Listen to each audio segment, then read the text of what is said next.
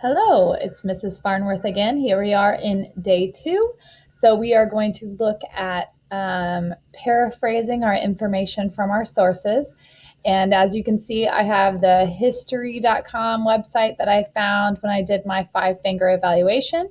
And then this is the website that all of you are going to be getting that you can use to cite. All the holidays should be in there. If there's not, we can help you find something else. But I believe all of the holidays are listed there. So my source number 1, which is listed on this page, there's the bell, is timeanddate.com/holidays. And my source number 2 is my history.com website. So I'm going to pull this URL. I'm going to copy that. I'm going to paste it in this box right here so that I have that information ready to go. Now, we kind of skipped some steps for you to make this a little simpler. So normally with research, you would work through developing your own questions to answer. But because this is your first research project in 7th grade, we're going to go ahead and give you the questions. Then later on in the year, when you look back at research again, you'll be developing your own. So today, I've got questions for us to answer. As you can see, I already have source numbers off to the side. That's because I already did this once. So I'm just kind of showing you my thought process and how I'm going to go through answering these questions. So the first one says, what country or countries celebrate this holiday? When I looked at my sources right away, the one that jumped out to me and told me immediately was the Time and Date website. So that's why I have source number 1 here. It says very clearly USA, Saturday, December 26th. Okay, so this is the United States. America, pretty simple answer. And I've looked through here quite a bit, and there doesn't seem to be any other countries that celebrate it, at least not to my knowledge. So that makes sense because this is an African American holiday. Okay, so the next one says name of the holiday and meaning or translation. And this information I can actually find in both sources, and that's actually a good thing because that means that it's probably good information because I can verify it in multiple places. But I found a lot more information actually in the history.com website that even talked about the person who came up with the holiday and where the name came from, popped out right away. And so I see it's derived from the phrase Matunda ya Kwanzaa, which means first fruits in Swahili. Okay, so it was actually a harvest festival originally, or it came from harvest festivals. That's kind of where some of the meaning derives. Okay, so the Kwanzaa is the name. And I'm going to say, let's see.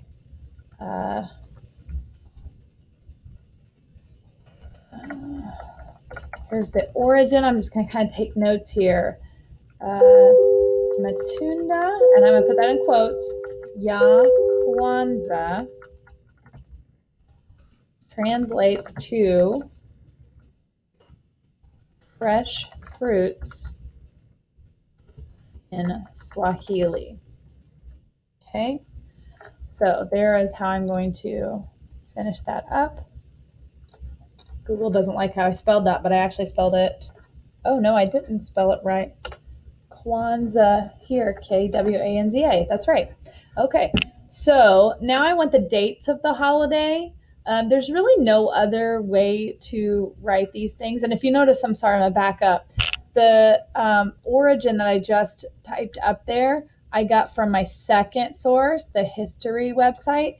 And notice I have a number 2 right there. The reason why I put a 2 there is to identify the proper source. Okay, so the dates of the holiday, and I'm going to say time and date's probably going to spit it out for me pretty quick. And so this is the first day of Kwanzaa. So Kwanzaa is a multiple day holiday. It says on December 26th, I'm going to say December 26th, and it goes through January 1st. Okay, so that's interesting. So it's between right after Christmas and right before New Year's. So because I know that information, and that's just kind of another way to say the same thing, which is great because when you're trying to paraphrase, the more you can put things in your own words, the better. So, yes, December 26th to January 1st. So this means the day after Christmas until New Year's Day. And this does happen every year. So it says each year. And so I'm going to add here annually because that means each year. Okay, that's just another word to mean the same thing. As much as I can, I want to put things in my own words. That's what it means to paraphrase. We don't want to steal the same language from our original source unless you're going to put it in quotations. And we want to avoid those quotations as much as possible. And the more you can put in your own words, say your own way, the better. Okay? How did you choose to research this holiday? Well, that's easy. I'm going to talk about how I feel about it. Well, I have always been aware. This is one of the holidays I've been aware of, but I didn't really know a whole lot about it. And so that's what I'm going to say. I wasn't sure on the specifics. And I don't know where it originated.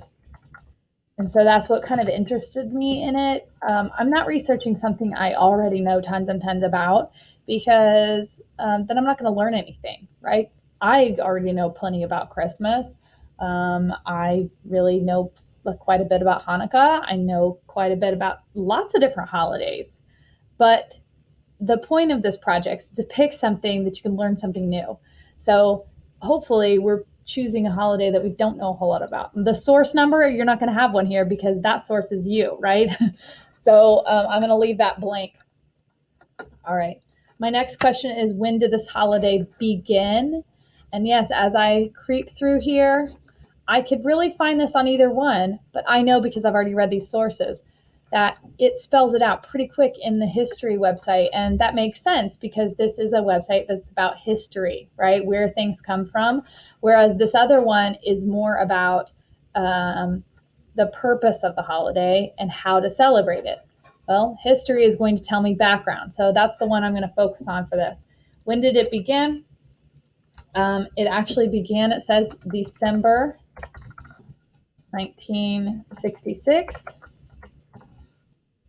And actually, because we know this already, that it's December to January, that 1967 would be the first January, right? So to January 1967. I'm just kind of putting that together myself because I know that this is a holiday that runs from December 26th to January 1st. And so I'm getting that from, I say I've gotten that from my first source, but I actually got that from source 2. Who started this holiday and why? And I can find this on either source. I really can.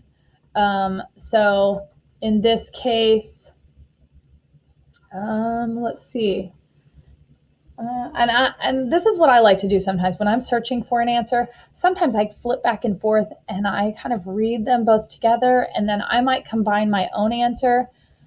And that's good because that means you're doing a good job of paraphrasing. Let's see. Maulana Karenga, that's his name. And I know already from reading the other source that he's actually a doctor. So I'm going to start this. Dr. Maulana Karenga. So he began the holiday. Why? After the Watts riots in Los Angeles, he searched for a way to bring African Americans together as a community. Okay, so he began the holiday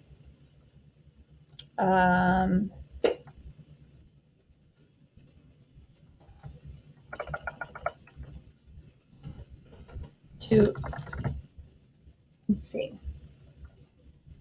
Oh, and it also says to celebrate the heritage. Okay, to bring. Or that's pretty much word for word. I got to find a new way to say that. So, let's see. We know that it's about heritage. Let's start there. To celebrate the heritage of African Americans. I was thinking about how best to paraphrase this. So the Watts riots actually happened in 1965, and I know it doesn't give much information here, but sometimes when you're reading something, you have to do some digging to make sure that you're informed, make sure that things make sense that you're going to put into your writing. So I have Dr. Maulana Karenga began the holiday to celebrate the heritage of African Americans. But the reason why he did that was to unite the African American community. Now, it actually says to bring African Americans together as a community, but I want to say that in my own words. I'm not going to state it exactly that way. So, let's see. He created the holiday to unite. I like that word unite because it means bring together, but it's a little different way of saying it. To unite African Americans across the country after civil unrest from the Watts riots in 1966. Okay, so I'm sorry, 65. Yeah. So that really says the same information that I've got here on my history website, and actually that comes from Source 2. However, it is in my own words. I made sure that I'm not just switching around words and phrases, but instead I'm thinking about what I read, putting it in my brain and going, okay, how can I make sense of this? How can I put it in my own words? So it says he searched for ways to bring African Americans together as a community after the Watts riots in Los Angeles. He began the holiday to celebrate the heritage of African Americans. He created the holiday to unite African Americans across the country after civil unrest from the Watts riots in 1965. The same information, basically, but I'm putting it in my own words. That's pretty important when you've got something like this. Now, I'm not going to take you through each question. However, I did the same thing for the rest of these questions. I'm just going to show you. The next thing I'm going to ask for is specific traditions associated with the holiday. So I have symbols, and I'm telling you what source I got it from. You're going to look for things like, are there colors? Are there clothing that is specific to this holiday? Are there activities that people do to celebrate this holiday? Is there certain food involved? Think of those kinds of traditional pieces that you might have in your holiday. And they're all going to be different. So some of these holidays may not have a specific symbol for them. Some of them may have a lot of different symbols. Some of them may not have a particular color associated with them. So you have to just look at your own holiday and see what it has. Okay? And then there might be something kind of specific for your holiday that you want to bring up. So for mine, additional interesting information, Kwanzaa isn't really a public holiday. Like, the government agencies and things don't give the day off. So it's a private celebration that's held in communities, and that's something that I referenced there.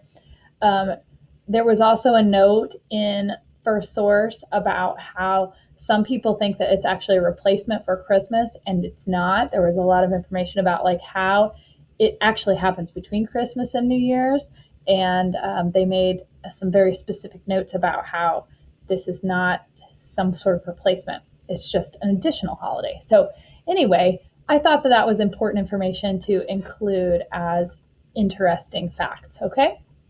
You can add more boxes to this. If I only have 2 boxes there for interesting information. Any of these, if you realize you need another fact, it's pretty easy to insert a row. So all you do is you can right click, insert a row below, and it'll pop another row in there. Okay, so it's pretty easy to expand so that you can add more facts.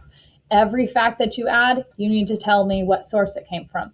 The more facts you have, the easier it will be to put your brochure together. Because if you don't have very many facts, when you start putting your brochure together, you're going to notice there's a lot of blanks. Okay, so you want to populate this with as many facts as possible.